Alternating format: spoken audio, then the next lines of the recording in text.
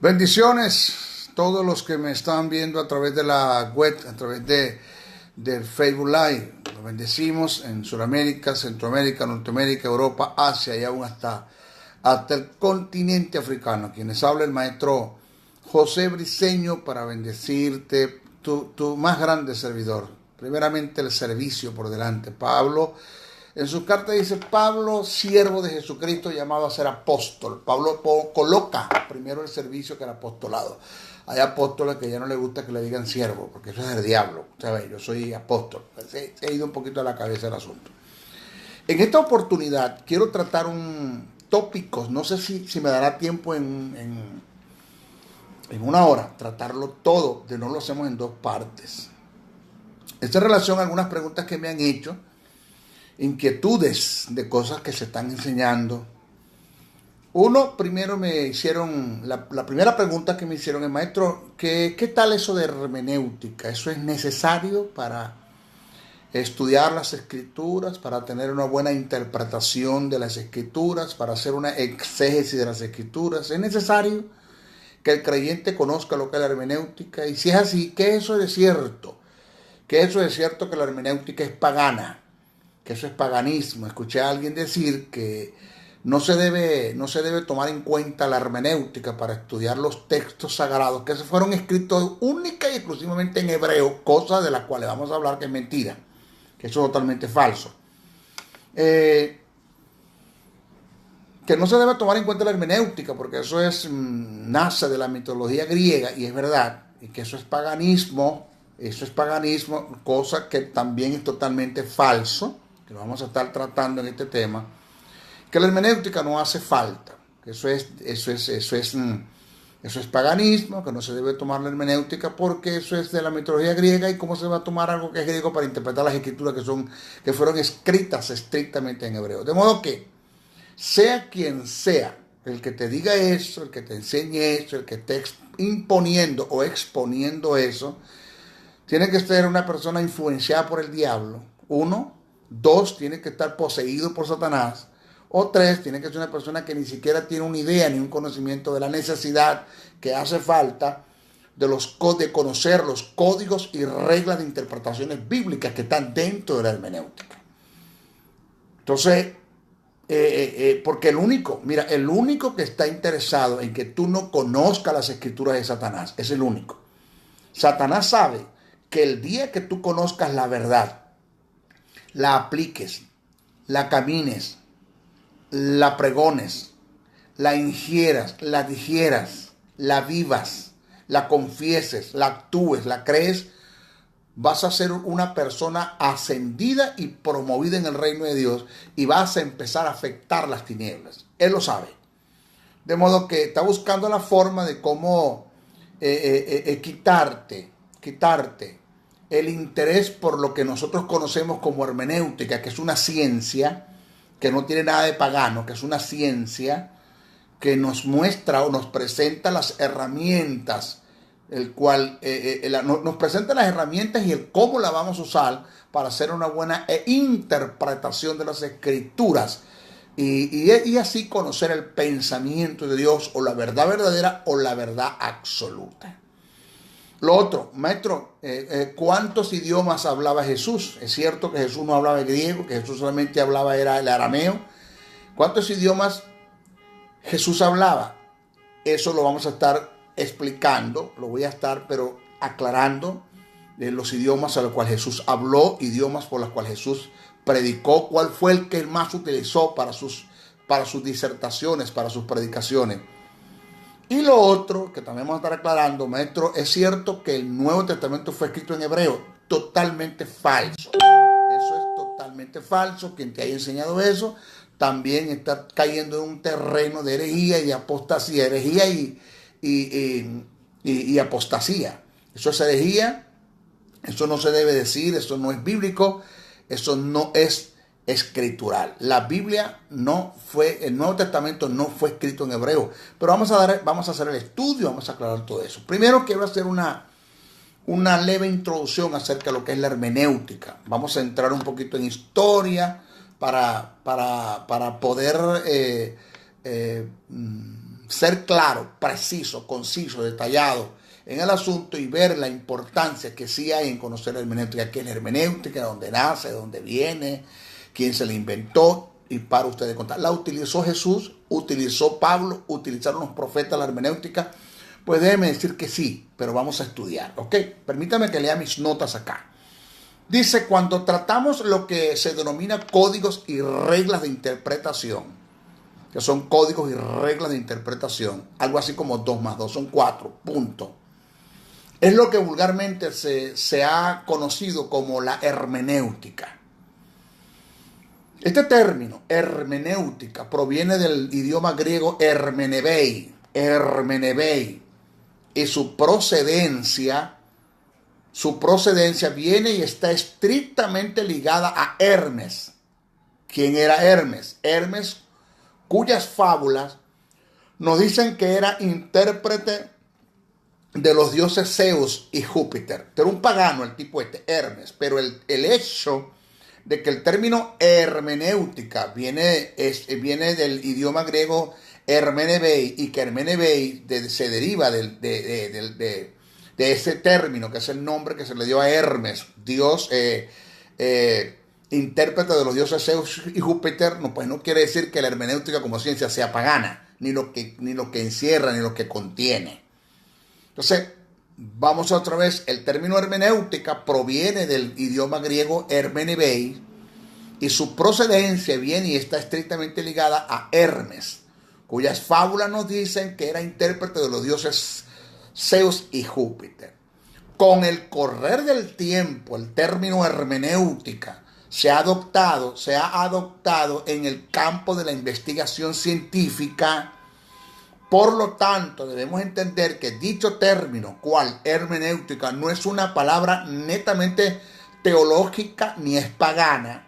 Es un término técnico usado en el método científico de la investigación.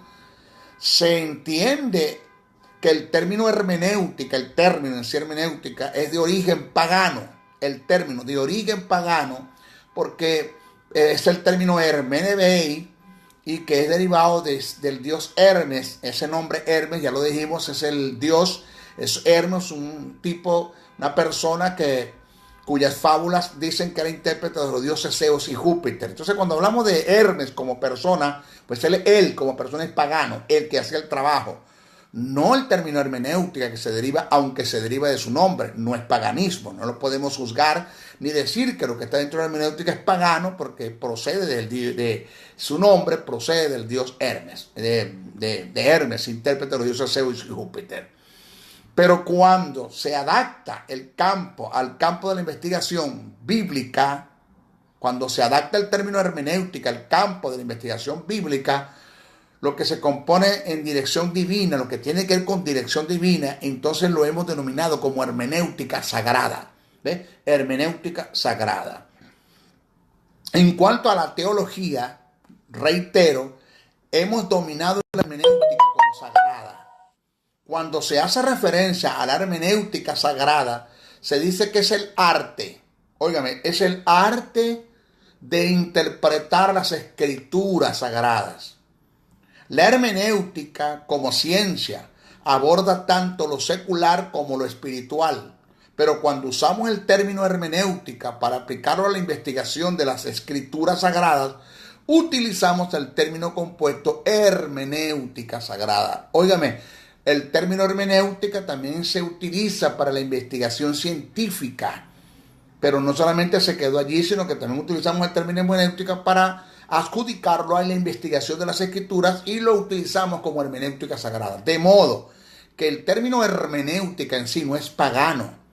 Pagano, porque viene el término hermenebei del griego, pagano es el tipo que era el intérprete de los dioses Zeus y Júpiter, el tipo que llevaba el nombre que se llamaba Hermes y que donde se deriva el término hermenéutica, porque por eso la hermenéutica no es pagana ni el término en sí es paganismo. Preste mucha atención a esto. Lo que pasa es que la gente que está hablando, eso no saben ni siquiera lo que está diciendo. La gente que está entrando en este terreno. Y hay un montón de gente siguiendo estas enseñanzas. Pastores, maestros, que, bueno, dicen que son maestros. y le están dando apoyo a este tipo de predicación donde ya están negando la hermenéutica, eso no hace falta, y eso es totalmente falso, eso es una herejía, eso es una apostasía, eso es una abominación, eso es aberración. Eso es, tengan cuidado con lo que se está haciendo. ¿Por qué? Porque le están quitando la forma, métodos y códigos que tiene el creyente para interpretar las escrituras, para hacer una buena interpretación y hacer una exégesis de ellas y conocer el pensamiento de Dios y la verdad de Dios. Ok, ¿qué es hermenéutica sagrada? Es la ciencia que nos presenta una serie de herramientas y a su vez nos enseña a trabajar con ellas para realizar estudios de las escrituras en forma acertada, precisa, concisa y sistemática, llegando a ser un buen expositor de ella y poder así edificar, exhortar, perfeccionar, instruir, educar a los oyentes. ¿Quién es el que no quiere que tú alcances estos objetivos o que tú sepas hacer este trabajo? Satanás, es el único. Por eso una persona que te diga a ti, repito, una persona que te diga a ti que la hermenéutica es pagana y que no se debe usar la hermenéutica porque es paganismo, de no sé dónde lo sacó, no sé por qué dice eso, para estudiar las escrituras que fueron escritas únicas exclusivamente en hebreo, incluyendo el Nuevo Testamento, que también eso es falso. Una persona que te diga esto pues tiene que ser influenciada por el diablo, tiene que estar endemoniada o no tiene conocimiento de lo que está diciendo. Yo prefiero irme con que no tenga conocimiento de lo que está diciendo para descartar lo demás. Óigame, si no se toma en cuenta la hermenéutica como ciencia para el estudio de las escrituras, de las sagradas escrituras, se corre el riesgo en un gran porcentaje, del 98%, en un gran porcentaje de caer en herejías y en apostasías, convirtiéndose en un herejes y en un apóstata de los tiempos presentes. No sé si usted sabía, lo va a saber, que nuestras congregaciones a nivel internacional están llenas de apóstatas y de herejes. El gran porcentaje, y se lo voy a decir, el 95% de nuestros predicadores a nivel mundial que tenemos en nuestras congregaciones, el 95% de nuestros predicadores, señores, están predicando falsa doctrina, añadiendo las escrituras y restándole el verdadero conocimiento a esa verdad, cayendo en un terreno de hiperliteralismo, y otros están cayendo en el terreno de la eisegesis, donde dan su propia interpretación a las escrituras, y para ustedes contar.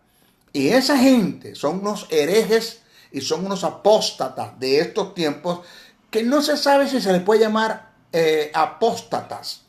No se sabe si se les puede llamar apóstatas, herejes sí, pero no se sabe si se les puede llamar apóstata, porque apóstata es aquel que conociendo la verdad la niega. ¿Y cómo pueden negar una verdad que no conocen? Simplemente están predicando falsa doctrina porque no conocen la verdad. Herejes sí, porque le están añadiendo a esa verdad cosas que no son bíblicas, no son escriturales, que no es el sentido del pensamiento de Dios. Preste mucha atención a lo que vamos.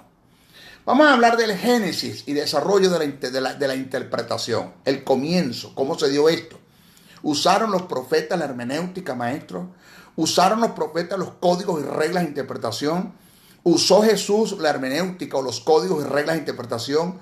¿Usaron los apóstoles la hermenéutica o códigos o reglas de interpretación? Bueno, vamos a ver. Vamos a analizar esto. Génesis y desarrollo de la interpretación. Presta atención, tenga paciencia conmigo, por favor. El cómo se originó y se desarrolló la interpretación bíblica a través de la historia es de importancia capital. Existen discusiones entre dos escuelas de interpretación, entre dos escuelas. Son a saber, primero, la escuela literal y la escuela alegórica. Vamos a ver esas dos escuelas, la escuela literal y la escuela alegórica. Vamos a ver con cuál de las dos nos quedamos. La primera, la literal, se rige por los principios hermenéuticos, por los códigos y reglas de interpretación establecidos. La segunda, que es la alegórica, no es consecuente y da campo abierto a la especulación. surge una pregunta, porque eso lo vamos a desarrollar más adelante. ¿Cuál es la escuela hiperliteral o literalista y cuál es la escuela alegórica, maestro? Más adelante te lo voy a explicar. ¿Cuál fue la que Jesús utilizó? ¿Usaron los profetas? ¿Usaron los apóstoles? ¿Cuáles fueron los que usaron los reformadores? Martín Lutero, Juan Hus, Calvino. ¿Y cuál es la que estoy usando en lo personal? La que estoy usando en lo personal. Aprendí a trabajar con esa escuela de suma importancia. La primera, reitero, literal, se rige por los principios hermenéuticos establecidos por los códigos y reglas de interpretación. La segunda, alegórica, no es consecuente y da campo abierto a la especulación. Surge una pregunta: ¿cuál surgió primero? ¿Cuál de las dos fue la más usada por los profetas? Entre estos, Esdras. ¿Cuál fue la que usaron los rabinos, los maestros, los rabinos? ¿Cuál fue la que usó Cristo? ¿Cuál fue la que usaron los apóstoles? ¿Cuál fue la que usaron los reformadores? ¿Cuál es la que debe usar la iglesia contemporánea, los ministerios en estos tiempos que ni conocen lo que es hermenéutica? Veamos la historia y llegamos a una conclusión exacta. ¿Ok? No estoy corriendo, no estoy inventando, no me estoy colocando acá y decir la hermenéutica no es pagana, la hermenéutica está bien, eso está bueno hacerlo, su nombre, gloria y fuerte aplauso al Señor, y para adelante, dele fuerte. No estoy explicando el por qué. Estoy dando razones, valga la redundancia, razonables, para que no te estés dejando engañar de gente que se están parando en otros púlpitos que tú no sabes ni lo que están diciendo. Presta atención a esto. Origen de la interpretación. La interpretación se originó en los días del post-exilio con Esdras, en el año 445 a.C., y fue necesario por dos razones. La hermenéutica, los códigos y reglas de interpretaciones, fue necesario por dos razones.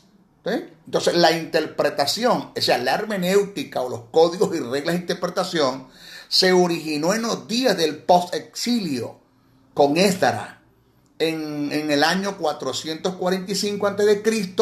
y fue necesario por dos razones. Primero, Israel en el exilio dejó de escudriñar las escrituras por 70 años. Vuelvo a repetir. Primero, Israel en el exilio dejó de escudriñar las escrituras por 70 años. Segundo, habían que en Israel reemplazado el hebreo por el arameo. Habían reemplazado el hebreo por el arameo. Esto es por causa del exilio. Por lo tanto, no lo comprendían, ya que la lengua original del canon del Antiguo Testamento fue escrita en hebreo. Del Antiguo Testamento, no del Nuevo. Antiguo Testamento, no del Nuevo, fue escrita en hebreo. Cuando Esdras leía las escrituras, hacía estudio de ellas. No solamente era un lector, era un estudioso, porque la Biblia no es un libro de lectura, la Biblia es un libro de estudio, la Biblia se lee para estudiarla. Si usted lee las escrituras y no estudia el párrafo que usted está leyendo y tiene la capacidad de disertar, de explicar, de desglosar lo que usted leyó, usted es un delincuente leyendo las escrituras. Usted ni siquiera debería de tomar una Biblia para leerla si no la va a estudiar, porque la Biblia no es un libro de lectura, es un libro de estudio, se lee para estudiar. Entonces, cuando Esdras leía las escrituras, hacía estudios de ellas para que el oyente entendiera. El profeta no se limitaba en leer, sino que hacía exégesis, no eisegesis, ni entraba en el terreno del hiperliteralismo. Hacía exégesis de lo que leía. No hay discusión en admitir que el método usado por Esdras fue el literal. Por esto afirmamos y admitimos que en una forma tácita o sobreentendida, según los escritos de Nehemías, podemos aceptar que la hermenéutica viene desde el tiempo de los profetas. O sea, la hermenéutica, los códigos y reglas de interpretación que están dentro de ella, que ya te los voy a decir, se dieron desde el principio de los profetas. Vamos a leer, vamos a ver qué dice Nehemías 8:8. Dice: y leían claramente en el libro de la ley de Dios y explicaban su sentido de modo que se entendiera la lectura, de modo que se entendiera lo que leían. Vuelvo a repetir, Nehemías 8:8. Dice, y leían claramente en el libro de la ley de Dios y explicaban su sentido. ¿Cómo voy a explicar el sentido de lo que leo si yo no he estudiado esa escritura, si no le he metido códigos y reglas de interpretación? Eso está sobreentendido allí.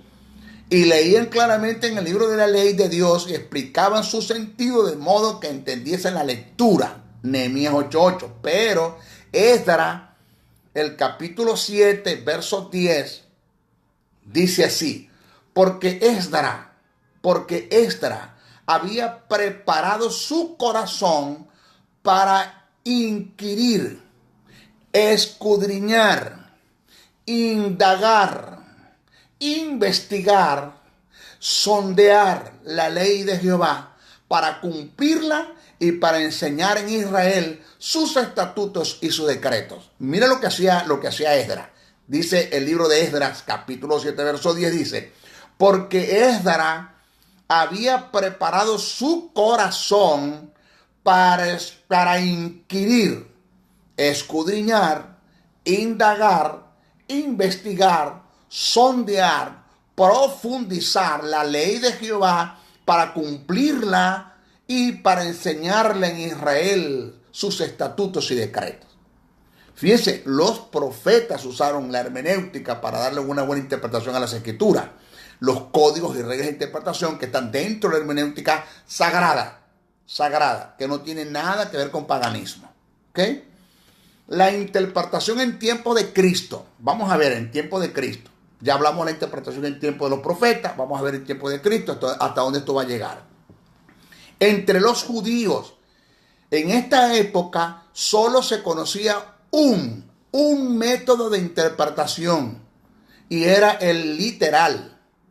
Jesús lo utilizó y corrigió los errores en la mala interpretación del rabinismo, el cual trajo como resultado el legalismo, apartando y echando a un lado la misericordia y el perdón. Por ello Cristo les dijo, erráis desconociendo las escrituras.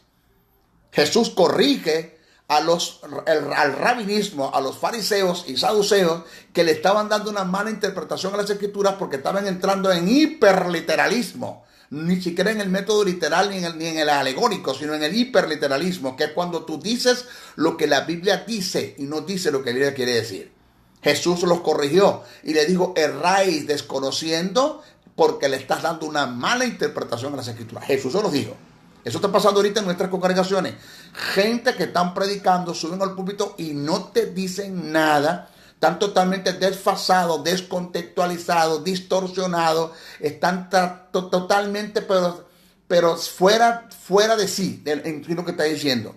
No es el pensamiento de Dios, no fue lo que Dios quiso decir, no fue lo que Pablo quiso decir, no fue lo que el Espíritu quiso decir, no fue lo que Jesús quiso decir y para ustedes contar. Desastre. Nuestros predicadores ahorita es un desastre. La mayoría de ellos, hay muy buenos predicadores, hay muy buenos maestros. Alguien me dijo a mí, muy reconocido, maestro, me reservo su nombre, me dijo, maestro, en el mundo hay buenos predicadores, entre comillas, pero hay muy pocos maestros. Necesitamos de maestros en nuestras congregaciones. Buenos predicadores porque agarran un mensaje, aunque no respetan el fondo histórico, no respetan el emisor, el receptor, la comunicación, la causa de comunicación, no respetan nada de las reglas y códigos de interpretación, pues simplemente agarran el párrafo y lo aplican a la condición de una iglesia en este tiempo cuando no tiene nada que ver con la iglesia. Cuando no tiene nada que ver con la iglesia. Y es un mensaje muy bueno, estuvo muy bueno en homilética, preparando el mensaje, tuvo una hilación de pensamiento, tuvo cabeza, tuvo pie, el mensaje, todo bien, lo aplicó bien, pero no es lo que el texto quiere decir. Pues es un muy buen predicador, pero no es un maestro, que son dos cosas totalmente diferentes, ¿ok? Óigame esto, pero verdaderamente, estos señores, el rabinismo, a los que Jesús corrigió, desconocían las escrituras. Desconocían las escrituras, sabiendo de memoria casi todo el Antiguo Testamento, que entre ellos estaban los escribas, que eran los que iban llevando las escrituras de papiro en papiro, de pergamino en pergamino, conocían las escrituras en el sentido de conocerla, de que la tenían de memoria, la desconocían en relación en cuanto a intelectualmente. Jesús lo que les quiso decir fue: erráis porque interpretan mal las escrituras.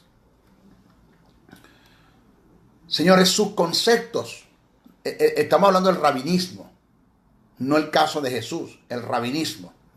Sus conceptos eran formados en base de un cúmulo de textos aislados, totalmente aislados de las escrituras, semejante a lo que hizo Satanás en el desierto mientras tentaba a Jesús. Eso lo están haciendo muchos ministros en estos tiempos, tomando textos aislados y distorsionados, que fue lo que el diablo hizo en el desierto. Descontextualizó totalmente las escrituras para tentar a Jesús. Oiga bien esto. Eso está en Mateo 4:1. En este terreno, reitero, han caído líderes de nuestros tiempos, dándole a las escrituras una interpretación aislada de la verdad, sumergiendo a la iglesia en doctrinas de error. Ahora mire esto.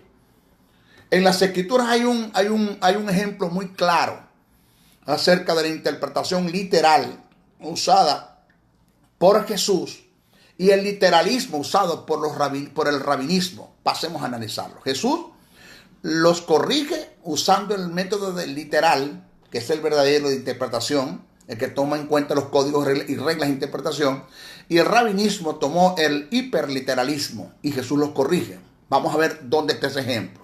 Eso está en Mateo 24, 41, 45.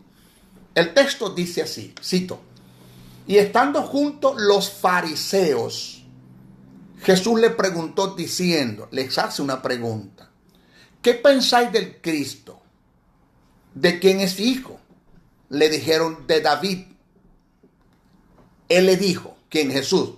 Pues como David en el espíritu, en el espíritu le llama Señor, diciendo: dijo el Señor a mi Señor, siéntate a mi derecha hasta que ponga a tus enemigos por estrado de tus pies.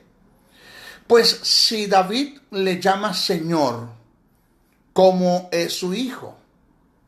Y nadie, estamos hablando de los que estaban presentes, que son los fariseos y los saduceos, nadie en el rabinismo, nadie le podía responder palabra ni osó alguno desde aquel día preguntarle más acerca de Jesús del asunto. O sea, ellos le dieron a la escritura una interpretación literalista y Jesús le dio una interpretación literal. O sea, tomó lo que llaman el método literal y ellos tomaron el método hiperliteralista. En este pasaje nos podemos dar cuenta cómo el rabinismo usaba el método de interpretación hiperliteralista, exponiendo lo que las escrituras dicen, pero nunca dijeron lo que las escrituras querían decir. Jesús usó el método literal y le dio a las escrituras el verdadero sentido, que lo que está hablando allí el texto está hablando de genealogía. Eso es lo que está tratando el texto. Jesús le dio el sentido como era. Mire cómo Jesús los corrige, porque Jesús conocía estos principios, estos códigos. Entre los apóstoles, ellos usaron el método literal. Por esta causa, cuando interpretaban las escrituras, los líderes judíos se sorprendían y la gente se maravillaba, porque ellos no solo decían lo que dicen las escrituras, sino que ellos decían lo que las escrituras querían decir. Extraían el verdadero sentido de lo que está escrito. El ejemplo claro de la interpretación literal está en el caso de Felipe y el etíope, registrado en Hechos 8, 30, 35. Vamos a ver qué dice el texto. Dice así, cito: y acudiendo Felipe, le oyó que leía el profeta Isaías. Este es el etíope, el eunuco. Acudiendo Felipe, le oyó que leía el profeta Isaías y dijo: ¿pero entiendes lo que lees? Le pregunta Felipe al etíope, el eunuco. Él dijo, ¿quién? El etíope. ¿Y cómo podré si alguno no me enseñare? Enseñar no es leer, es estudiar. No es leer, es estudiar. Y rogó a Felipe que subiese y se sentase con él. El pasaje de las escrituras que leía era este: como oveja como oveja a la muerte fue llevado y como cordero mudo delante del que lo trasquilaba, del que lo trasquila. Así no abrió su boca, en su humillación no se le hizo justicia, mas su generación, ¿quién la contará? Porque fue quitado de la tierra de los vivientes, de la tierra de su vida. Respondiendo el eunuco, dijo a Felipe, te ruego que me digas, o sea, explícame, no vamos a leer solamente, explícame, dame una exégesis del asunto. Te ruego que me digas, ¿de quién dice el profeta esto? ¿De sí mismo o de algún otro? Entonces Felipe, abriendo su boca, y comenzó de esta escritura, dice el texto, y comenzando desde hasta la escritura, le anunciaba el evangelio de Cristo. Le dio una cátedra desde Moisés, profetas, hasta Jesucristo, hablando de Isaías. Empezó a enseñarle acerca de Isaías hasta que llegó a Jesucristo. Una cátedra de Dios. ¿Cómo pudo haber hecho esto el apóstol? Porque conocía los códigos y reglas de interpretación y los tomaba en cuenta. Entonces, al no tener conocimiento de las reglas y códigos de interpretación que nos presenta la hermenéutica, se corre el riesgo de ser un mal estudioso de las escrituras y por ende ser mal expositor de ellas. Una persona que no conozca la hermenéutica, en vez de hacer una exégesis de las escrituras, puede caer en el campo de la eisegesis, dándole a las escrituras su propia interpretación, o en su defecto caer en el hiperliteralismo, o sea, decir lo que las escrituras dicen y no lo que ellas quieren decir. De allí la importancia de realizar este estudio acerca de las reglas y códigos de interpretación denominadas hermenéutica sagrada. De ahí la importancia de entender que la hermenéutica no tiene nada que ver con paganismo, como lo han enseñado, como lo vienen diciendo, afirmando y quitándole el sentido de verdad de lo que la hermenéutica enseña, de lo que encierra la hermenéutica con códigos y reglas de interpretación, que son herramientas que se nos presentan, que nos dan para hacer una buena interpretación de las escrituras. Quien haga esto tiene que estar endemoniado, tiene que estar poseído por el diablo, tiene que estar influenciado por el diablo o no conoce el valor de la hermenéutica. La hermenéutica es un medio que nos lleva a un fin, a un objetivo, que es el conocer el pensamiento de Dios plasmado en las escrituras sagradas. El pensamiento del Eterno es lo que se denomina como una verdad verdadera, una verdad absoluta. ¿Qué es lo que Satanás no quiere? Que tú conozcas lo absoluto. Porque cuando tú te metes con la hermenéutica y utilizas los códigos y reglas de interpretación, que ya te vamos a enseñar cuáles son, pues vas fácilmente a descubrir el pensamiento de Dios. Vas a descubrir quién está hablando, si está hablando el hombre, si está hablando Dios, si está hablando el diablo, está hablando los demonios.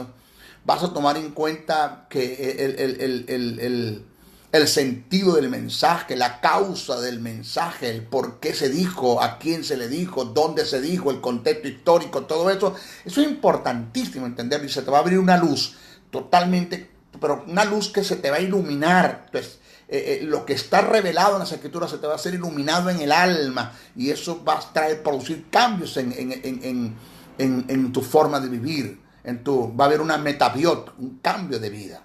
Pero eso no lo quiere Satanás. Él no quiere que tú llegues a ese terreno, a descubrir lo que es la hermenéutica, que son códigos y reglas de interpretación para hacer una buena esencia de las escrituras, para que descubra el pensamiento de Dios. A él no le conviene eso. Él no quiere que tú conozcas lo absoluto. ¿Qué es lo absoluto? Me decía una persona, maestro, ¿qué es lo absoluto? Desde la perspectiva teológica, lo absoluto es lo que no cambia, no se devalúa, no expira, lo que se sostiene y se mantiene en sí mismo, lo que permanece, lo que no caduca, no mengua, no se desvanece, es lo único, es lo verdadero, lo inigualable, lo insuperable, la esencia, la sustancia misma. Lo absoluto es Dios. El interés de Dios es que como creyentes descubramos lo absoluto de Él, que está plasmado en las Escrituras. La iglesia está llena de lectores bíblicos, pero muy pocos tienen un tren de estudio y de investigación porque no conocen los códigos y las reglas de interpretación, porque no lo saben hacer, chicos, porque no lo saben hacer. Dios se interesa más por lo que estudian que por los que leen. Por esta causa trasladó, que es el caso que leímos ahora, a Felipe y lo colocó al lado del eunuco, al etíope, porque no entendía lo que decía. Para el apóstol Pedro, el estudiar las escrituras es un ministerio que lleva implícito un llamado, una vocación, una dedicación, una entrega, un compromiso, una responsabilidad. Esto debe ser la tarea de todo creyente, pero más de los 5 ministerios que fueron llamados a perfeccionar a los santos. Pero ¿cómo puede un ministro conocer lo absoluto de Dios, el pensamiento de Dios, la verdad de Dios, si no conoce los códigos y reglas de interpretación? No sabe estudiar las escrituras, no sabe cómo comenzar, no sabe cómo hacerlo. Lamentándolo mucho, lo hay, el montón. El montón de predicadores suben a los púlpitos y dan un mensaje aplicativo, pero que no tiene exégesis, no te enseñan nada, no te forman nada, no te dicen nada. Así, esto es duro, esto es fuerte decirlo, y es una verdad. Entonces, para el apóstol Pedro, el estudiar la palabra es un misterio que lleva implícito un llamado, una vocación, una dedicación, una entrega, un compromiso, una responsabilidad que nos llevará a descubrir y a tener iluminación de los misterios de Dios que están revelados en su palabra. Oigas esto. La variante, estoy dando esto como fondo, dándote a entenderle el valor de lo que es conocer la verdad absoluta para que puedas entender el valor de lo que es conocer los códigos y reglas de interpretación, de lo que es conocer la hermenéutica para lograr esto. La variante de la iglesia en su forma de vivir es que no está caminando en lo absoluto de Dios. El creyente está dando sus pasos en un sinnúmero de ideología, paradigmas, estatutos internos, porque ahora son los estatutos de nuestra organización. O sea, si los estatutos de la organización están en contra de los principios del reino, de lo que está establecido en la palabra, de lo que yo digo, pues eso a mí no me interesa. Porque el simple hecho, como yo leo la Biblia, yo leí la Biblia, que lo que Pablo le escribió a los Corintios, le mandó poner velo a las mujeres, pues ya los estatutos de la organización dicen que todas nuestras mujeres en esta congregación y en este concilio, en esta federación, tienen que usar velos, porque Pablo le escribió una carta acerca del velo, no sabiendo que es un problema cultural, porque se leyó la Biblia, pero no se estudió, no se tomó en cuenta las culturas del emisor, las culturas del receptor, la comunicación y la causa de la comunicación. Pues simplemente yo agarré eso y hice eso una doctrina, cuando eso no más que está en una sola parte en la Biblia, que es en Corintios. Eso no más que está en el libro de la carta que le escribió para los Corintios. Un problema no es un problema doctrinal, es un problema de cultura. Pero como no tomo en cuenta eso, a mí eso no me interesa. A mí no me interesa la hermenéutica, a mí no me interesan los códigos, reglas de interpretación. A su nombre, gloria y fuerte la paz del Señor. Dele por ahí para abajo que por ahí se enderezan las cargas, vea. Entonces agarré y puse eso como estatuto de mi organización. Aquí se hace lo que dicen los estatutos de la organización, independientemente de lo que la Biblia diga, pues. Así de sencillo, que fue lo que Jesús le corrigió a los fariseos y los saduceos y se los dijo: ustedes invalidan la palabra de Dios por vuestras tradiciones. Estatutos internos, la iglesia está llena de tradición, el creyente está caminando en un mundo de tradición, dogma, religión, falsa doctrina, principio de ocultismo. ¿Principio de qué? De ocultismo. Dentro de la iglesia hay mucho ocultismo, demasiado. Hay mucha brujería dentro de la iglesia. Principios de ocultismo, seudismo, catolicismo romano, poder trascendental, cibernética, yoga, ciencia cristiana dentro de la iglesia, y para ustedes contar. Todo eso está dentro de la iglesia porque no se conoce la verdad del reino, no se conoce la verdad absoluta, no se conoce la verdad de Dios, no se conoce el pensamiento de Dios. ¿Por qué no se conoce? Porque no se le ha iluminado eso de lo que está revelado a los que están leyendo, porque simplemente están leyendo, no están estudiando las escrituras. Pero ¿por qué no lo estudian? Porque no lo saben hacer. ¿Y por qué no lo saben hacer? Porque desconocen los códigos y reglas de interpretación, desconocen la hermenéutica, porque ya te dijeron que esto era paganismo. Entonces por ahí te va, simplemente lee y tira.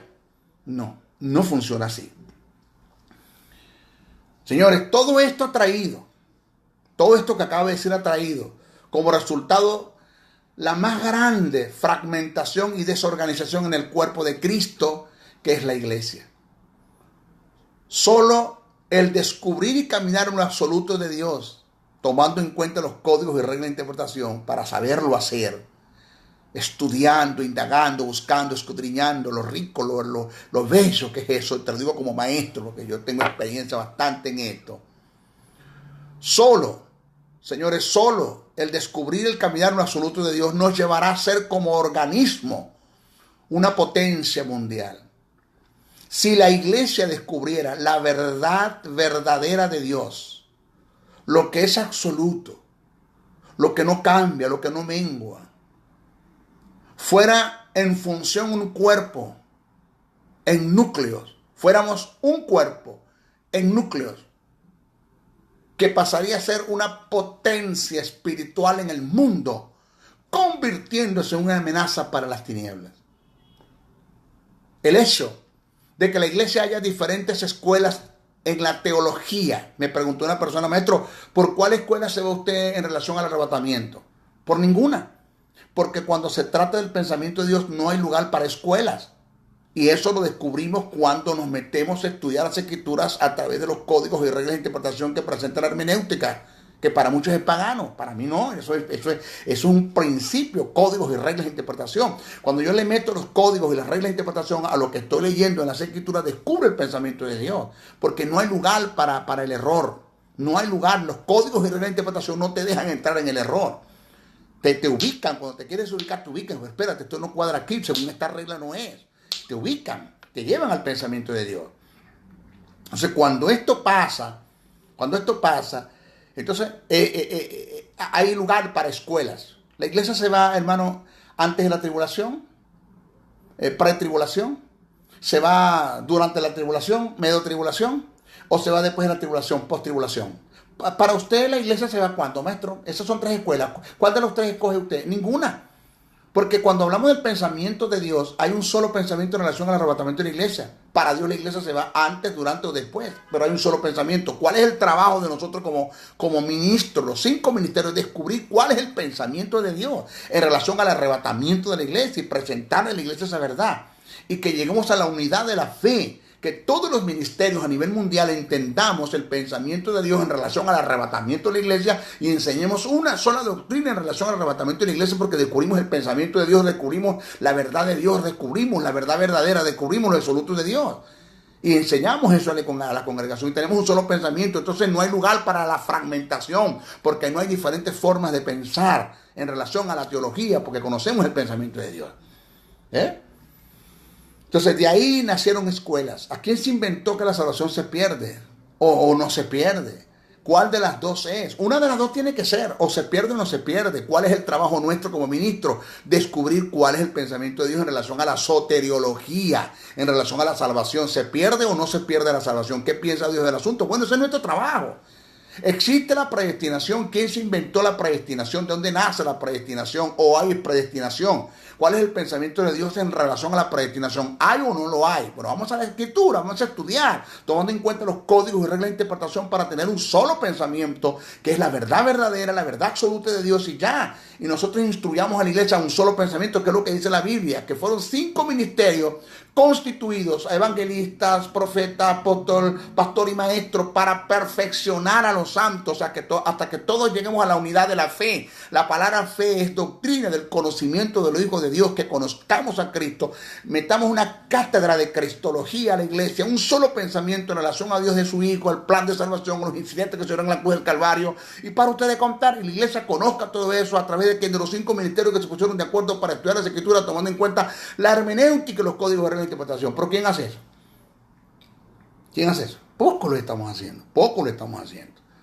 Entonces, señores, este es el grave problema. El hecho de que la iglesia haya diferentes escuelas en la teología es porque la verdad absoluta no reina en el seno de la iglesia.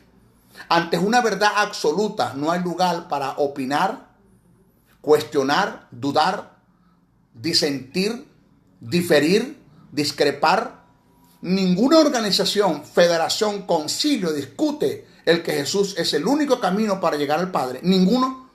La razón es que todos en la iglesia protestante han entendido y asimilado esta verdad absoluta. Hagamos un análisis para aprender lo antes dicho. Miren el análisis. Jesús dijo: yo soy el camino, la verdad y la vida, y nadie viene al Padre si no es por mí.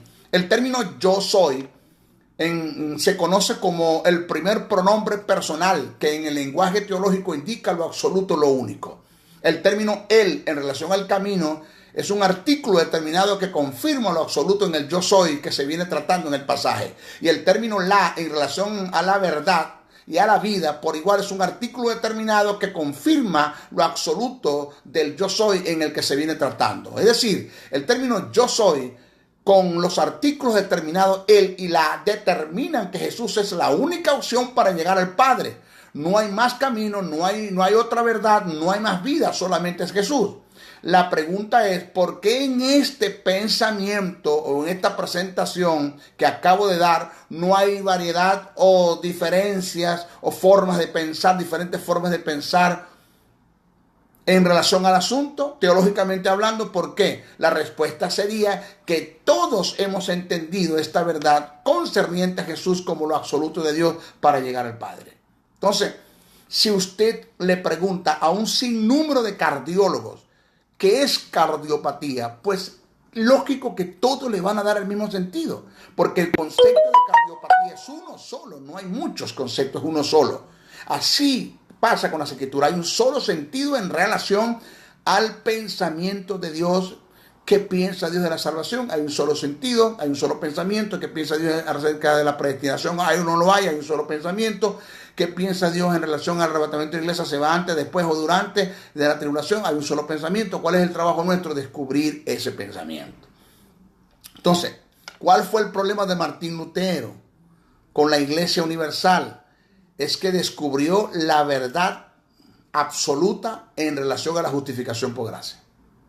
Esto tocó los intereses del clero, golpeó sus falsas doctrinas, sus falsas enseñanzas, sus doctrinas equivocadas que tenían atados a un mundo en la falsedad, siendo fácil de ser controlados, manipulados e intimidados. Ahorita tenemos organizaciones cristianas que le están negando la verdad al pueblo porque lo que le interesa es la plata del pueblo, el dinero del pueblo. No les interesa que el pueblo conozca la verdad. Eso a mí no me interesa. Ahorita tenemos pastores, ministros a nivel mundial que están aceptando el pecado del pueblo dentro de la iglesia por dinero y por otras razones, que las hay, pero lo están aceptando. No confrontan a nadie, simplemente son pasivos en sus mensajes y no dicen la verdad al pueblo, no confrontan a nadie. Ahora,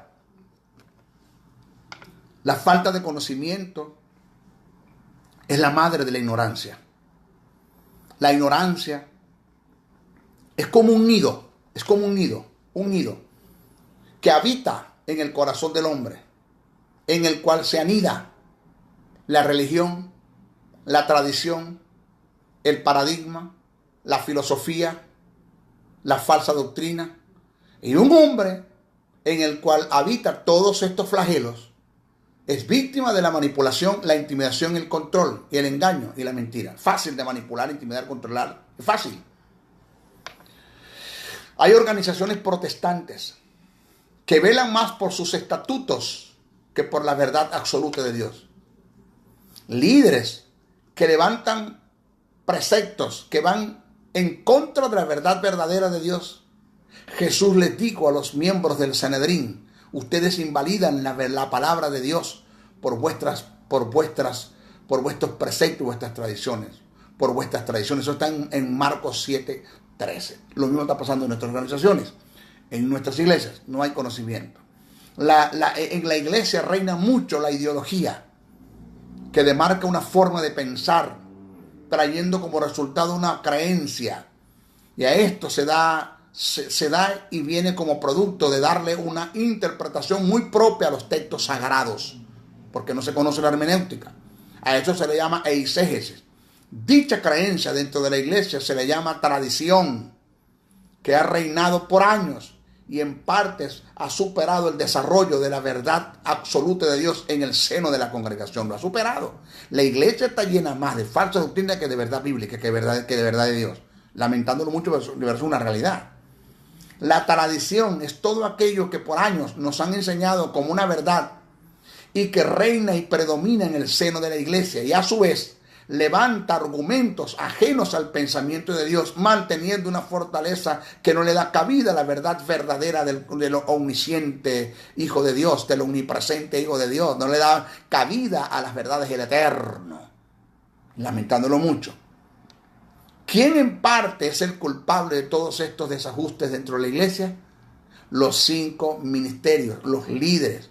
Un liderazgo que no ha hecho su trabajo para la cual fue constituido, que es perfeccionar, edificar, llevar a la iglesia a un estado de madurez, por causa de no ser estudioso de las Escrituras, y esto viene como producto de no tener y conocer las reglas y códigos de interpretación que presenta la hermenéutica sagrada como ciencia de interpretación.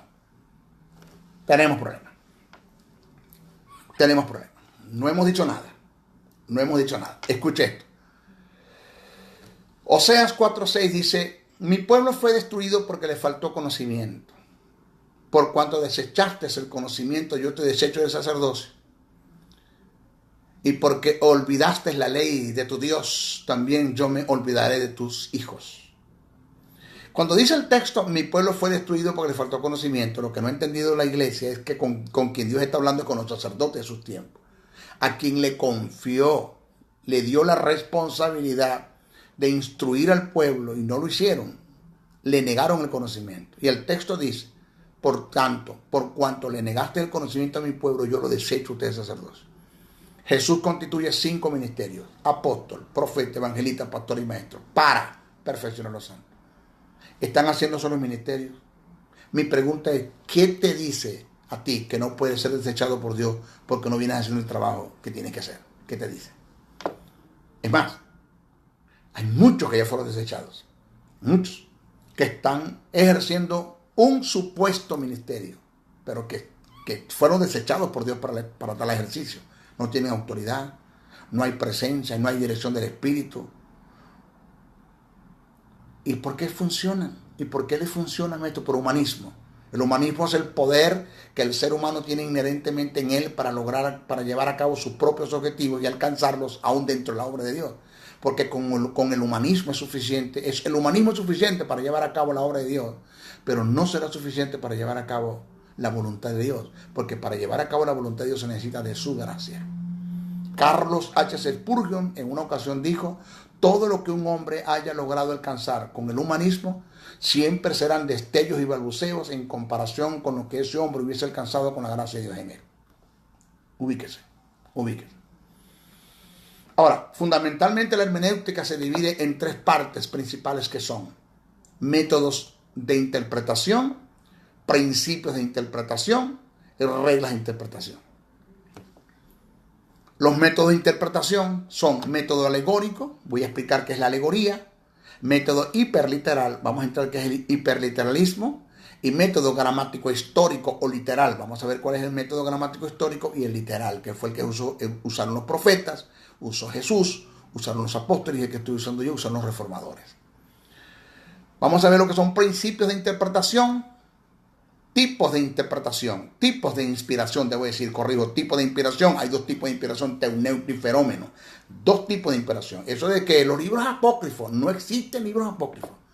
Eso se lo inventaron. No existen libros apócrifos, porque la Biblia dice que toda escritura es inspirada por Dios. Toda la escritura. Y cuando Pablo dijo toda la escritura es inspirada por Dios, no existía el Nuevo Testamento, estaba en el canon del Antiguo, incluyendo los libros que llaman apócrifos.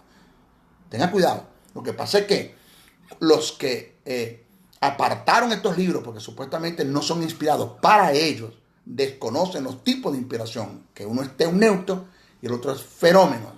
2 tipos de inspiración que aparecen en las escrituras y que hay que explicarlo, cuál es el sentido de cada uno de ellos, para poder entender por qué usted dice, maestro, que no hay libros apócrifos. ¿Por qué usted dice eso? Porque cuando tomamos en cuenta estos principios, estos códigos y reglas de interpretación que vienen siendo los tipos de inspiración, usted se va a dar cuenta, wow, toda la escritura es inspirada por Dios, no existen libros apócrifos. Vamos a estar claros. El otro principio de interpretación: revelación e iluminación. Inspiración, revelación, apocalipsis, que es descubrir, y iluminación, que es cuando se te da el sentido de la revelación. Y las reglas de interpretación son reglas fundamentales reglas de interpretación del emisor, el receptor y el cronista, que no se toma en cuenta, que es el emisor, el que trae el mensaje, el receptor, el destinatario, a quien se da el mensaje, por el cronista, y se corre el riesgo de que el cronista haga registro de cosas que el emisor no quiso decir, porque lo entendió mal y así lo escribió. Entonces yo tengo que estudiar quién es el emisor, quién es el receptor y quién es el cronista. Porque el emisor es el que emite el mensaje, el receptor es el destinatario a quien se le dice el mensaje y el cronista es el que hace recopilación de lo que está diciendo el emisor. Pero el emisor puede estar diciendo una cosa y el cronista entendió otra y así lo escribió y así está en la Biblia. Su nombre gloria y fuerte la paz del Señor. Pero yo no tomo en cuenta esto, pero dele fuerte, que así se endereza la carga en el camino. No. Yo cuando voy a estudiar voy a tomar en cuenta el emisor, quién lo dijo, el receptor, a quién se lo dijo, el cronista, quién fue el que recopiló y quién fue el que escribió todo esto. ¿Ok? Reglas de interpretación del sujeto. ¿Quién es el sujeto? Yo voy a descubrir de quién se está hablando en la oración. ¿De quién se está hablando en la oración? ¿De quién se está hablando? Porque toda oración tiene un sujeto y tiene un predicado. El predicado es lo que se dice del sujeto y el sujeto es de quien se está hablando. Pero cuando hablamos del sujeto, yo tengo que descubrir cuando yo leo las escrituras. Te voy a dar un ejemplo, pero pequeñito para que veas, para que agarres así. Cuando Jesús está frente a Pilato, Pilato dice, a mí no me respondes, no sabes que tengo poder para crucificarte, tengo poder para soltarte. ¿Quién es el emisor? Pilato. ¿Quién es el receptor? Jesús. Entonces Jesús le dice, ninguna condenación. ¿Quién es ahora el emisor? Jesús. ¿Quién es el receptor? Pilato. Ninguna condenación tendrías sobre, ninguna autoridad, debo decir, ninguna autoridad tendría sobre mí si no te fuese de arriba. Por tanto, o sea, por lo que te acabo de decir, si hablamos de principios de autoridad, que es lo que estoy hablando, aquí quien quebrantó el más grande de los principios fue a ti.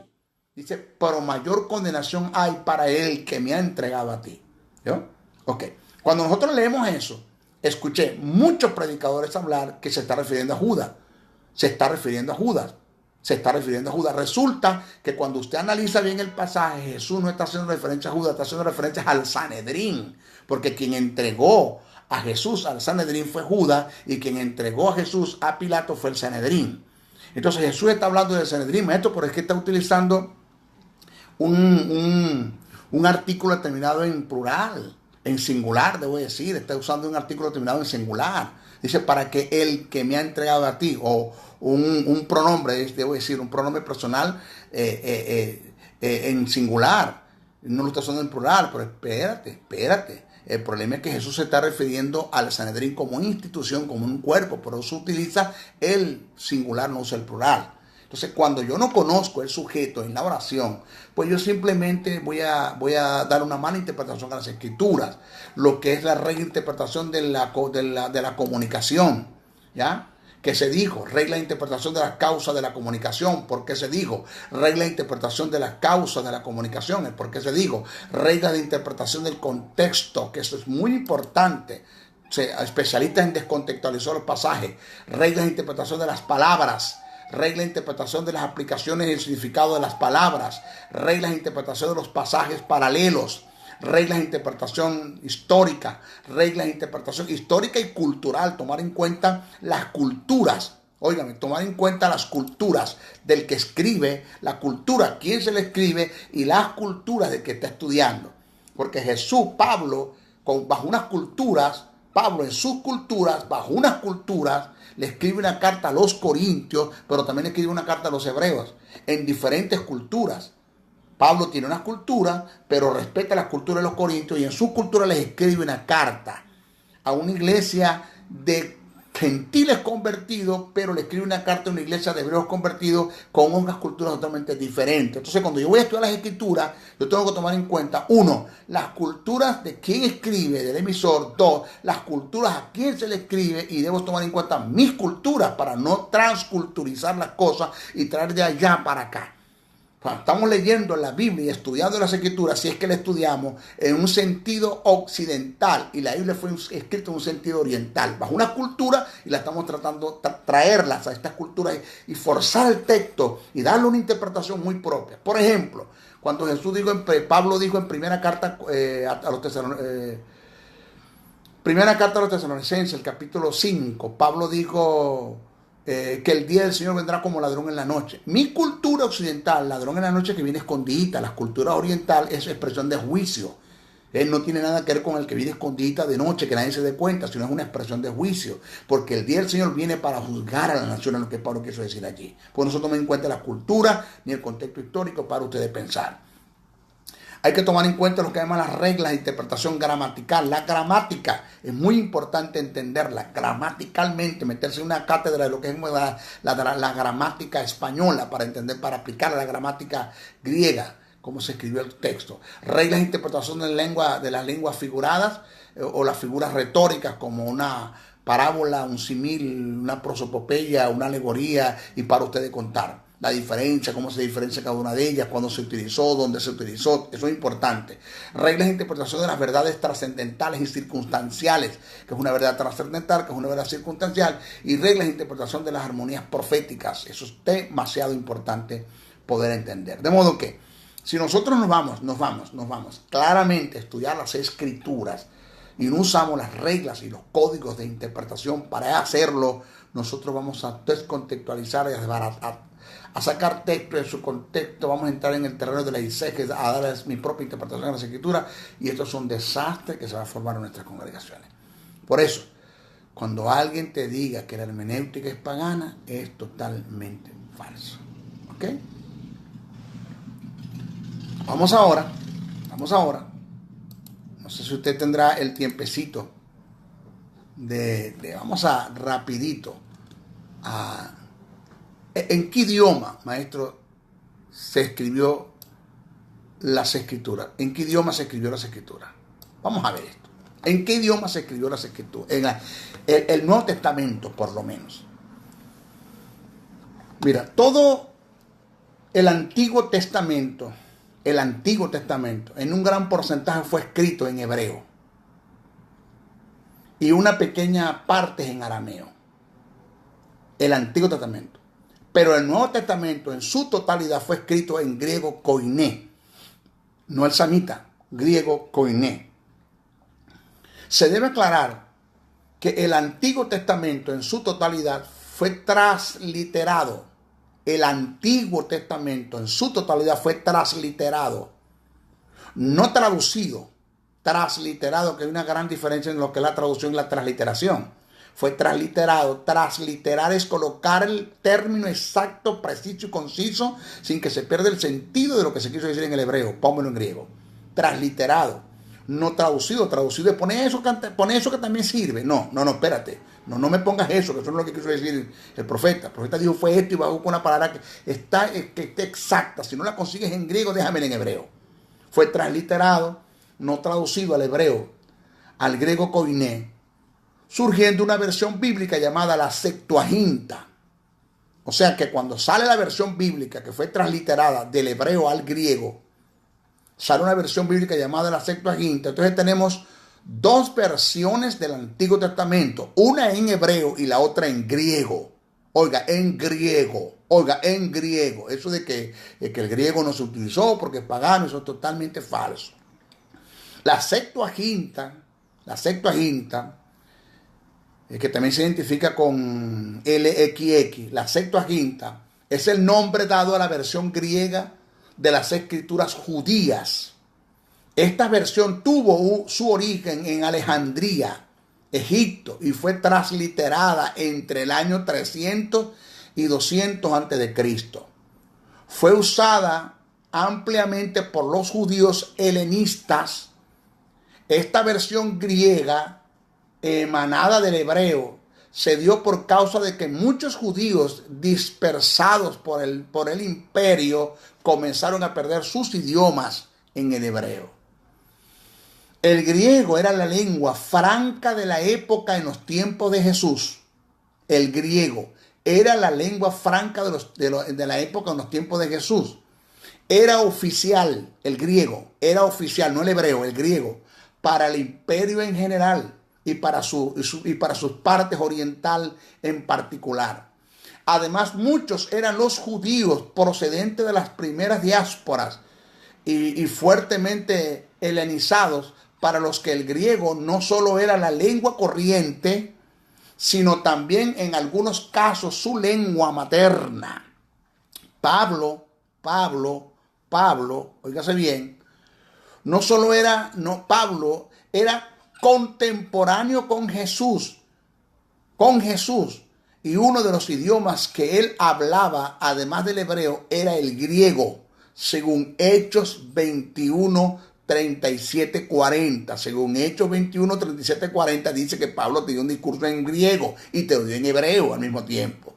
Por eso todas sus cartas fueron escritas en griego koiné. Todas las 14, porque para mí Pablo escribió en hebreo, 14 cartas que Pablo escribió, las escribió fue en griego koiné, incluyendo el libro de los Hebreos, que fue escrito en una iglesia de judíos. El término Septuaginta significa 70 en latín, y se le llama así a la nueva versión para darle crédito a estos 72 grandes eruditos que fueron escogidos para este trabajo. Y eran 6 de cada tribu de los hebreos. La Septuaginta fue también un recurso, oígase bien, la Septuaginta fue también un recurso, o sea, el Antiguo Testamento en griego fue también un recurso. La Septuaginta fue también un recurso del Antiguo Testamento para los cristianos de los primeros siglos después de Cristo. Muchos cristianos primitivos hablaban y escribían griego. Por tanto, se dejaban llevar por la Septuaginta para un mayor entendimiento de gran parte del Antiguo Testamento que fue escrito en hebreo. En cuanto al Nuevo Testamento,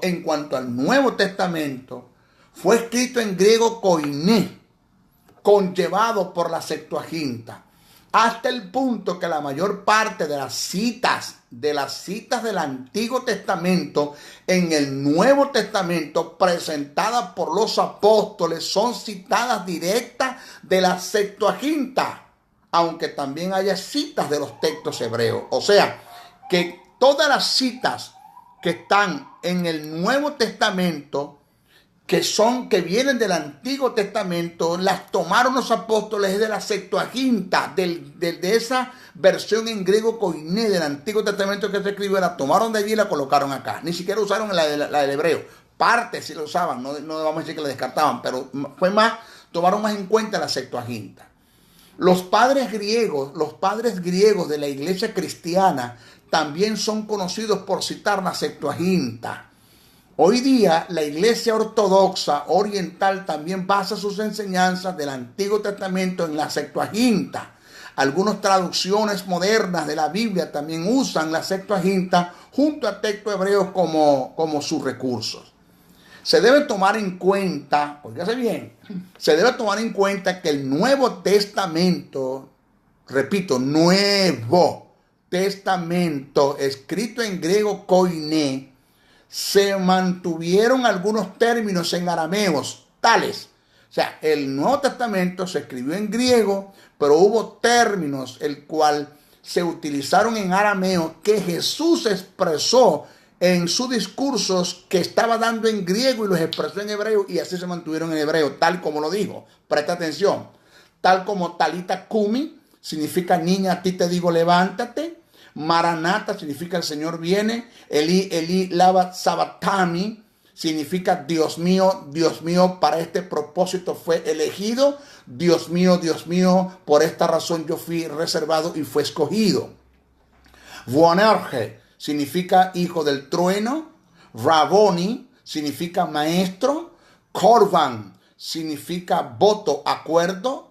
Gehenna significa infierno, y Efatá significa sean abiertos tus ojos. Ahora, es ilógico, presta atención, es ilógico negar que el Nuevo Testamento fuera escrito en griego koiné, cuando el contenido del Antiguo Testamento que citaron los apóstoles fue la transliteración que se hizo del hebreo del griego por los 70 eruditos.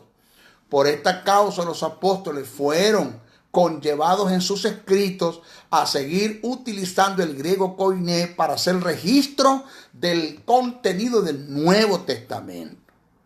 Presta atención. Ahora, vamos a esto ahora.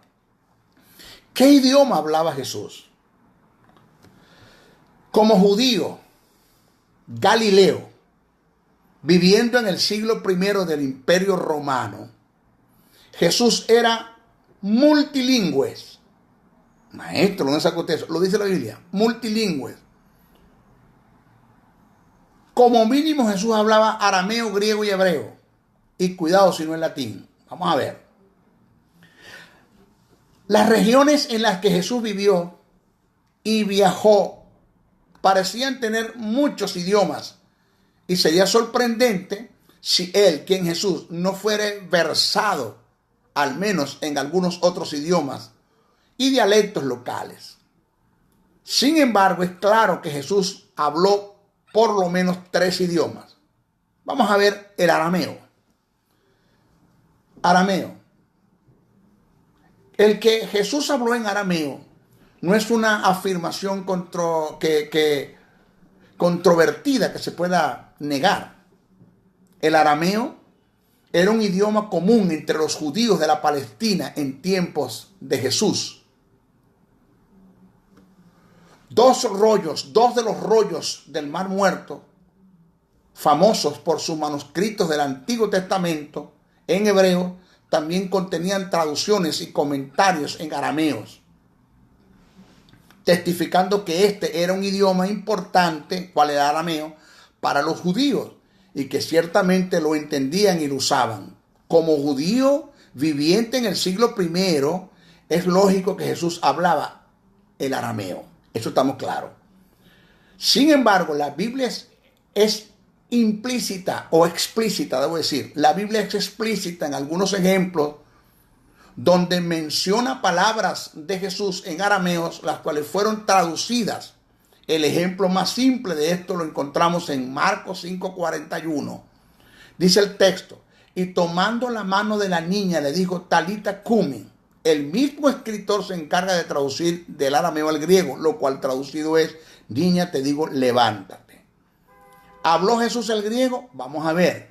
En cuanto al griego, tenemos que tomar en cuenta que mientras que otros idiomas regionales permanecían, el griego era el idioma común para los negocios y la comunicación, que permitió al Imperio Romano funcionar colectivamente. Citas rabínicas, múltiples inscripciones locales de sus publicidades, lo hacían en griego, escritos judíos originales del tiempo compuestos en griego, y aún algunos documentos griegos entre los rollos del Mar Muerto demuestran que el griego era un idioma extendido e importante entre el pueblo judío de la época.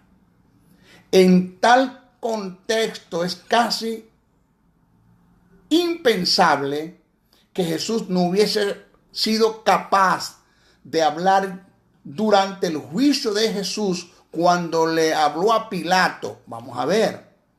Esto es incansable pensar de que Jesús no hablara el griego. Ahora, durante el juicio que Jesús se tuvo frente a Pilato, la conversación casi con seguridad se llevó a cabo fue en griego o en latín. Pilato no hablaba ni hebreo ni hablaba arameo. Pilato hablaba griego y latín, seguro. ¿Bajo qué idioma le habló Jesús? ¿Había intérprete frente a Pilato y frente a Jesús? De ninguna manera. ¿En qué le habló Jesús? ¿Le habló en griego o le habló en latín? Porque hablaron fluido, los dos. Por otra parte, según Marcos 7, 24, 37, cuando Jesús viajaba a las regiones de Tiro, óigase, Tiro, y conversa con una mujer gentil, él conversó con una mujer gentil, habló fue en griego.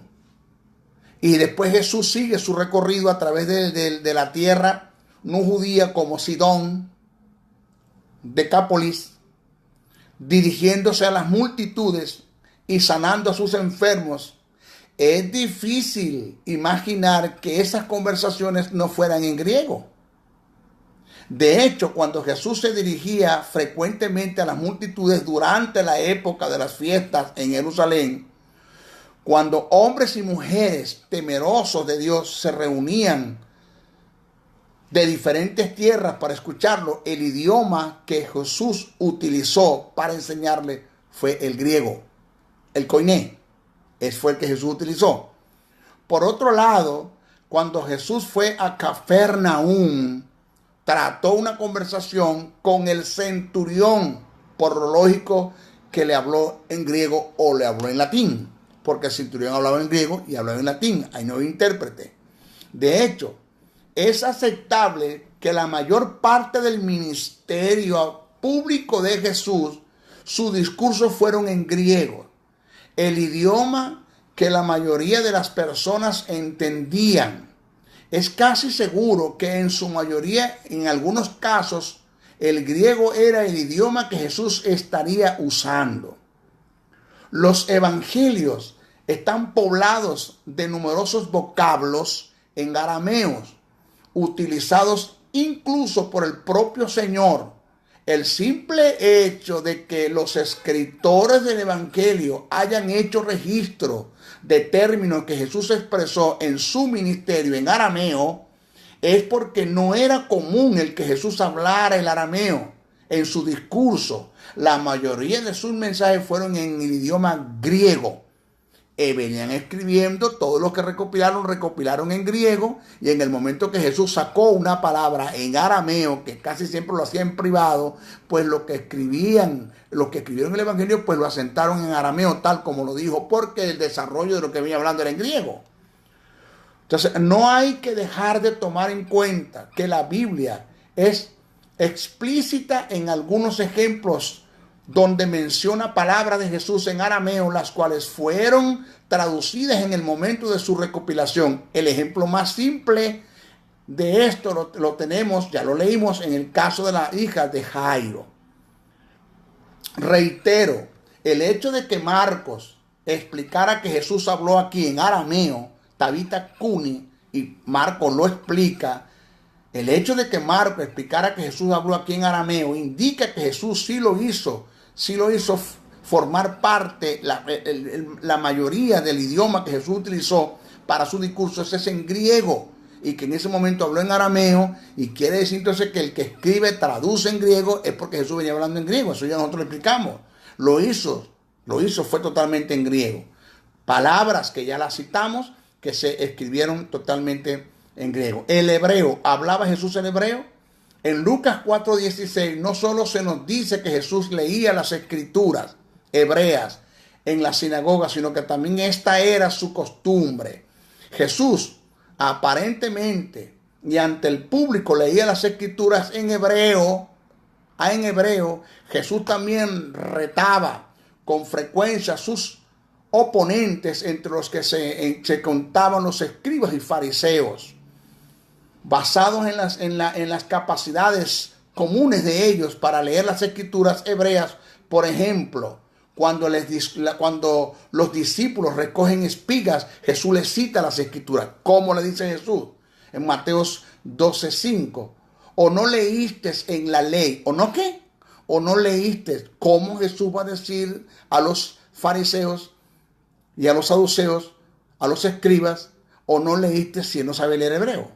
¿O no leíste en la ley que en los sábados los sacerdotes en el templo profanan el sábado y son sin culpa? Pues os digo que algo mayor que el templo está aquí, que Jesús. En Mateos 19:3-6 dice, ¿no leíste que el que los creó? ¿No leíste qué? ¿No leíste que el que los creó después del principio los hizo varón y hembra? Y digo, por esto dejará el hombre a su padre y a la madre, se unirá a su mujer y vendrán a ser los dos una sola carne. Así que yo no solo sino una sola carne, ya no son uno solo sino una sola carne. Por tanto, lo que Dios unió a sí mismo en matrimonio no lo separa el hombre. Pero le dice comenzando, ¿no leíste lo que está escrito? ¿No leíste lo que está escrito? Lo que está escrito en el mandamiento de Dios. El conocimiento amplio de Jesús en las escrituras a través de su ministerio, señala su capacidad para leer y entender el hebreo. Si Jesús no lee el hebreo, hubiera perdido fuerzas la reprensión que le hace a los fariseos citándoles las escrituras. Cuando les digo, ¿no leíste? Es claro, muy claro entonces que Jesús podía leer en voz alta y entender profundamente el idioma hebreo, así como sus capacidades para hablar, conversar en griego y en arameo. Los evangelistas están poblados. Los evangelistas, los evangelios, ya lo dije, está totalmente poblado de palabras que Jesús dijo en arameo, que Jesús presentó en las escrituras totalmente en griego. Y lo otro que me llama la atención es que cuando Pablo fue tumbado de la cabalgadura, yo no sé dónde iba Pablo, tumbado de la cabalgadura, Pablo da testimonio y dice, y escuché una voz en hebreo que me decía, Saulo, Saulo, ¿por qué me persigue? De modo que Jesús hablaba perfectamente el griego, perfectamente el arameo, perfectamente el hebreo, perfectamente, cuidado si no en latín, y cuidado si no hablaba la lengua que hablaban los egipcios, porque estuvo 2 años en Egipto, de 2 a 4 años. 2 a 4 años. ¿Cómo se comunicó Jesús con los egipcios? A esa edad, que tenían una memoria como para aprender un idioma, a esa edad, ¿cómo se comunicó? Cuidado si no hablaba la lengua que hablaban los egipcios también. ¿Ok? Bueno, mis hijos, ha sido una bendición trabajar por ustedes. Como siempre, el Maestro Briceño está dispuesto y disponible para hacer estudio de las Escrituras, para conducir a un pueblo a la verdad. Lo mío es eso, que tú llegues a conocer la verdad. No dejen, por favor, de profundizar. Voy a sacar un estudio completo acerca de lo que es la hermenéutica, completo. Lo voy a poner a la disposición para que tomes ese estudio, te lo lleves y empieces a trabajar con él y a apuñalarte, perdona el vulgo, y hacer una cátedra que te voy a dar de lo que es hermenéutica, para que enseñarte a estudiar las Escrituras, para que extraigas el pensamiento de Dios, conozcas la verdad de Dios, conozcas lo absoluto de Dios, y así puedas ser promovido y ascendido y promovido por Dios y usado por Dios en su reino. ¿Ok? Bueno, hasta nuestra próxima oportunidad. Bendiciones, bendiciones, bendiciones.